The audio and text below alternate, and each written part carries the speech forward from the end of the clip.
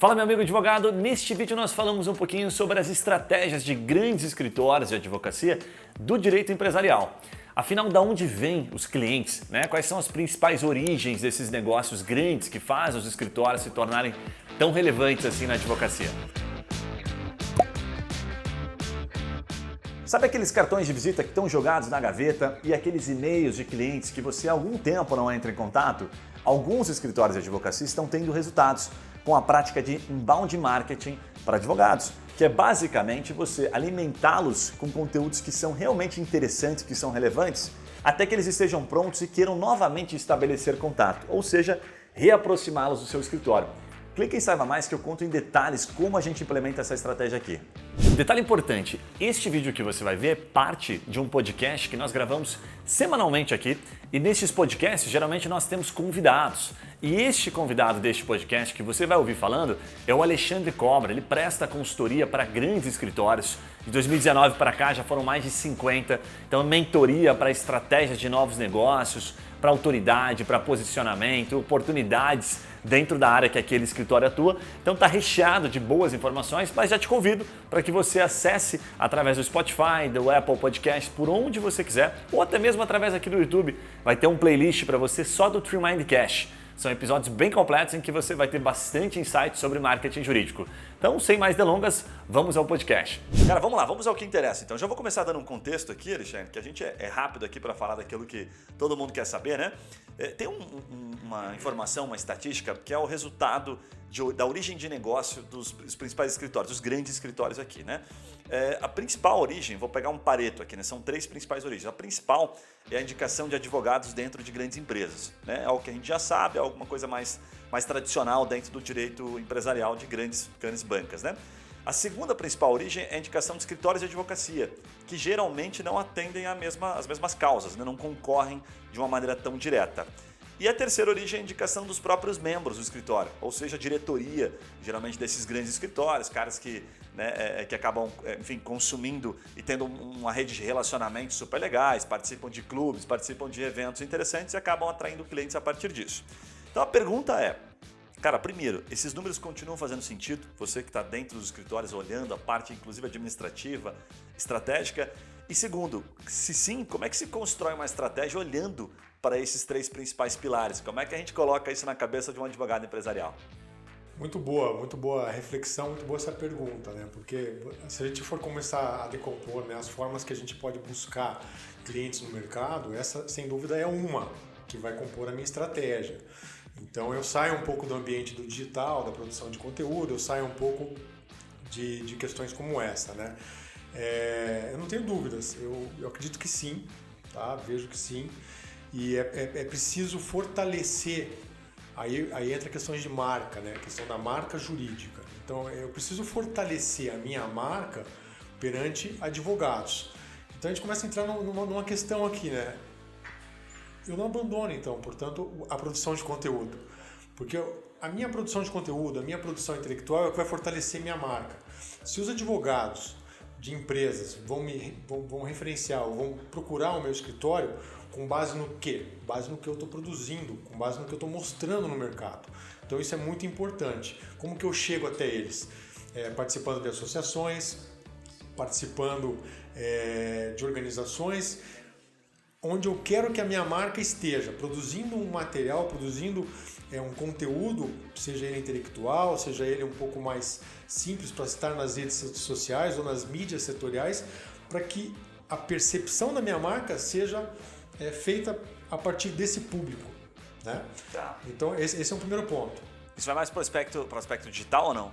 Aparecer conteúdo que você fala, por exemplo, pegar um conteúdo e publicar no Migalhas, publicar em sites de notícias jurídicas, redes sociais também, envolve um pouquinho marketing jurídico, é isso, né? Eu gosto de separar, ótima pergunta, Guilherme, eu gosto de separar, assim, o relacionamento, ele está muito relacionado a você publicar nas redes sociais, mas se você quer se destacar no ambiente empresarial, que é um público mais seleto, você tem que muito trabalhar na sua estratégia essas mídias mais setoriais, essas mídias do ambiente jurídico, porque a formação da tua marca, ela não vai vir só pelo público que vai te consumir, que vai consumir o teu serviço, né? Ela vai vir também pela formação dos demais advogados, como você falou, e a gente chega no segundo ponto, né? que a troca de parcerias entre os escritórios, né? Que eu começo a formar a parceria entre aqueles escritórios. Então, quer dizer, se eu enxergo que eu tenho uma oportunidade no consultivo, no contencioso trabalhista, eu venho trabalhando muito no consultivo, mas não trabalho no contencioso, e eu preciso buscar isso com outro escritório parceiro, eu preciso que esse escritório parceiro, eu preciso que o mercado me enxergue como um bom escritório para ter essas parcerias. Do contrário, a minha marca não vai ter valor. Eu não vou conseguir essas parcerias. Então, eu preciso estar posicionado nas redes sociais, eu preciso estar posicionado nos sites jurídicos, eu preciso estar posicionado nas mídias setoriais, que são os segmentos que eu quero atuar. Eu preciso mostrar o que eu quero praticar no mercado. Sem isso, eu não tenho condição de saber em quem eu sou. Perfeito. Por que eu estou lá. Perfeito. Até deixa eu te fazer uma pergunta dentro disso ainda. Existe alguma estratégia, alguma instrução, Alexandre, que vocês passam para um escritório, por exemplo, offline? Porque assim, do ponto de vista de marketing jurídico, marketing digital, a gente tem bastante conteúdo, né? É fácil hoje a gente entender, não que seja exatamente fácil entender, mas a gente tem noção, né? O advogado já não, ele sabe que precisa estar na rede social, sabe que precisa ter um bom site e tal. Às vezes eu fico achando que a gente fala a mesma coisa, que é importante, mas eu fico pensando o seguinte, né? Daqui a pouco até vou pedir para o Yuri comentar isso, porque e os antigos? Como é que eles faziam para ser indicado? Será que esse cara saía fazer um almoço uma vez por semana? Chegam a indicar alguma coisa? Tipo, participa de um clube curitibano, vai num clube graciosa. Vai na sauna lá. Sabe? Vai na sauna, senta em mesas diferentes. Tem alguma coisa estratégica? Perde no poker pros clientes. Isso, joga poker. O que faz, Alexandre? Além disso, além do tradicional? Isso é ótimo. O relacionamento é fundamental, né? Quando a gente vem falando de estratégias antigas, muito dá conta daqueles professores de direito das faculdades que iam formando o seu grupo, né? E através de um clube também, quer dizer, você, através de exercer o relacionamento, ou seja, o seu posicionamento era muito pela matéria que você formava novos alunos na faculdade, ou pelo teu grupo social no seu clube. Isso não deixa de existir. Então, quando eu vou olhar para uma estratégia de um escritório, quais são os meus objetivos, né? Se eu vou atuar no direito tributário, que mercado eu quero participar, que público é o meu. Então, se eu saio de uma estratégia online e vou para uma estratégia offline, quais são essas associações? Os meus advogados participam delas? Como que eu estou influenciando essa associação? E não só influenciando, mas participando ativamente desse mercado. De que maneira eu estou contribuindo, não só com o meu serviço, mas contribuindo de uma forma positiva mesmo para esse mercado. Porque a minha marca é valor, a minha produção de conteúdo, e ela não pode ser só do ponto de vista de atração, ela tem que também ser do ponto de vista de criar uma percepção positiva da minha marca. Então, através de eu exercer esse relacionamento nesses nichos que eu identifico, e aí é um ponto da estratégia, identificar quais são os universos, quais são os grupos sociais que eu preciso participar e influenciar para melhorar a percepção da minha marca, para que conheçam o meu produto jurídico. Do contrário, ninguém vai saber o que eu faço. Eu não posso, claro, tendo a minha estratégia offline, abandonar a estratégia online, porque quando alguém souber do meu serviço, quando alguém for indicado pelo meu serviço, pelo meu produto, né, jurídico, eles vão provavelmente olhar no Google, vão olhar no meu site. O online vai chancelar, né? Exatamente. E isso vai ter que validar. Então, e isso traz muita percepção da marca, né? Pois é, até o que eu ia complementar, que me parece que não é suficiente também você participar dos grupos, você tem que de fato agregar, né? Porque muitas vezes o advogado, ele não usa muito o conhecimento dele no dia a dia para ativamente ajudar. Porque, é a mesma coisa que o dentista sair na rua e ficar vendo dentro da galera. O que ele sente, né, que às vezes mas esse é meu trabalho, não posso ficar dando de graça por aí. Mas nunca foi tão importante networking e nunca foi tão importante você agregar valor antes de vender, né? E muitas vezes você tem que estar no grupo e não só participar como advogado, mas também encarar... o cara comentou um negócio de um funcionário que teve uma rescisão de 100 mil reais. Cara, como é que foi isso aí? Me explica um pouquinho melhor. Será que fez tudo certo? Porque eu já vi um caso lá no meu escritório assim assado. Então não é só também, né, estar no grupo, mas ser relevante pro grupo, né? De que maneira que você interage de forma positiva, né? O que você está trazendo pro teu cliente ou para essa pessoa que você está se relacionando que vai além daquele escopo que você está ali conversando com ele, né? Acho que isso a gente vive muito hoje, né? Sim. Acho que tem uma linha tênue aí que a gente fala, que a gente vê muito, né, falar, que é a questão da consulta gratuita, né? Fala assim, em que momento que eu passo a dar uma consulta, em que momento que eu estou tirando dúvida? Aí eu fiz essa pergunta para um advogado aqui no podcast, inclusive muito legal, um abraço para o Dr. Rodolfo, que esteve aqui, e ele respondeu da seguinte forma, fala assim, cara, dúvida é enquanto aquele meu conhecimento eu entrego de maneira muito rápida, assim, né? Vou simplificar aquilo que ele trouxe. De maneira muito rápida aqui, estou num momento da relação que aquela dúvida ainda ela consiste em mais uma entrega praticamente informal, né? Uma mensagem de WhatsApp e tal. A consulta passa a ser quando a minha opinião ou a minha posição sobre aquele assunto pode gerar algum efeito, né? Tanto colateral, efeito às vezes negativo, sabe? Quanto até mesmo um efeito positivo. Falou, cara, assim, agora eu vou precisar entrar um pouquinho mais no caso, vou precisar investigar um pouquinho. Porque se eu te falar alguma besteira aqui e você agir, depois você vai me cobrar isso, vai dizer, pô, e aí, o que aconteceu? O que você falou aqui que não funcionou? Né? Então eu achei muito legal essa linha tênue, da forma como ele explicou. Enquanto está numa conversa informal, você pode falar qualquer coisa, mas começa a fazer perguntas mais complexas, mas como é que eu devo agir? Cara, aí é uma outra questão. Vamos entrar nesse caso, vamos entender. Isso que é uma assessoria, meu amigo. Aí vem a consulta, sabe? Esse é um amadurecimento, né, que o advogado, o escritório de advocacia precisa ter com relação aos produtos que ele oferece no mercado, né? Porque ao tempo todo você está sendo consultado, você está sendo demandado sobre o que você pode ou não fazer. Então, à medida que você conhece exatamente o que serviço, né, que solução eu entrego e como que eu decomponho ela, né, eu consigo entender, bom, aqui é uma consulta, né? Aqui é uma opinião, aqui é um serviço. Perfeito. Que tempo de serviço tem isso? Quando é mais consultivo, que a gente tem o mercado hoje tendendo para essa linha de consultivo, né, é mais difícil você dimensionar o produto que eu entrego no mercado. Você precificar, você criar uma caixinha que explique exatamente o que você faz. Porque como que você coloca isso lá no teu site? Como que você coloca isso em forma de conteúdo? Como que você traz dentro para o escritório e fala para o teu público interno, olha, a gente vai atuar aqui e o número de horas é esse? Como que você coloca o fluxo dentro da controladoria?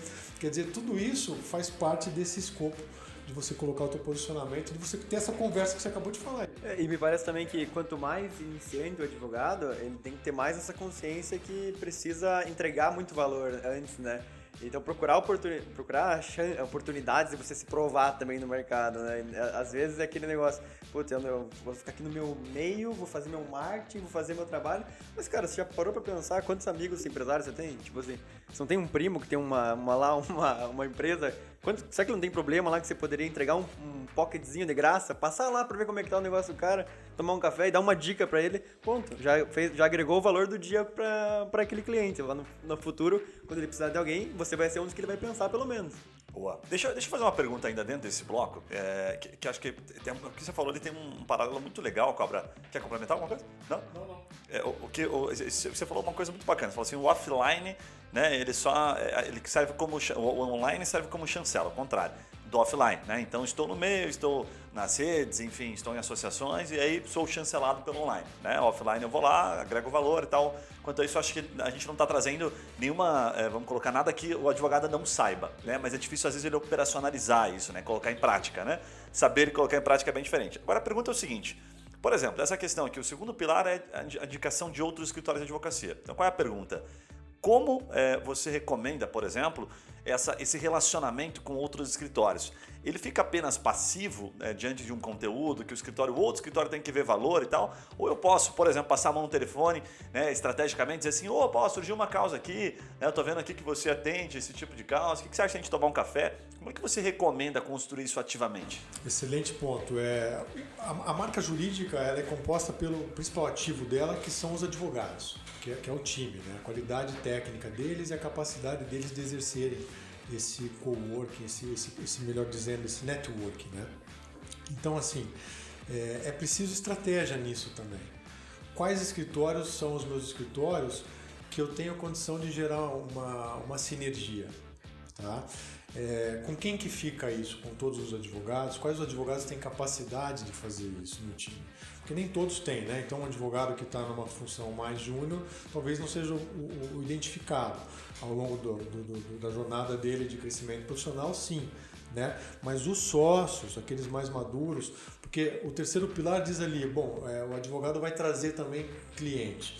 Para isso eu tenho que ter uma política interna que me garanta uma relação saudável de percentual, tudo muito claro, tudo muito transparente, para que o advogado, de fato, né, como associado, sócio de serviço, sócio de capital, ele traga cliente para o escritório, o que não é fácil. Você fala de uma política, entra um pouquinho na questão de valor, certo? Questão de valor, né? Porque condicionamento, assim, vamos colocar aqui. Eu Alexandre, assim, sou sócio do escritório, né, sou um associado.